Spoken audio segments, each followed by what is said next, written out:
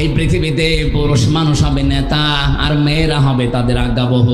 এ ঘোষণাকার সূরা নিসা 5 নম্বর পারার 2 নম্বর পৃষ্ঠার 11 নম্বর লাইনে 34 নম্বর আয়াতের প্রথম অংশে আছে। আল্লাহ পাক বলেন পুরুষ হবে নেতা, পুরুষ হবে গাইডলাইন দাতা, আর মেয়েরা হবে তাদের আজ্ঞাবহ। এই কথাগুলো যদি আজ 54 বছর আমরা ময়দানে বলতাম,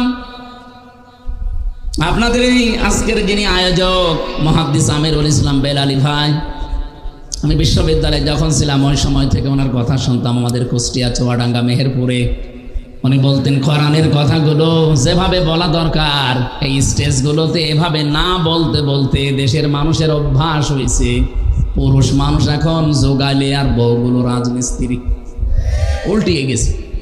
পুরুষ মানুষ হওয়া দরকার অন্তত রাজমিস্ত্রি, আর জোগালে যদি সাহায্যকারী কেউ লাগে তো অন্তত সে হয় হোক। এখন আমরা হয়ে গেছি নিচেরটা।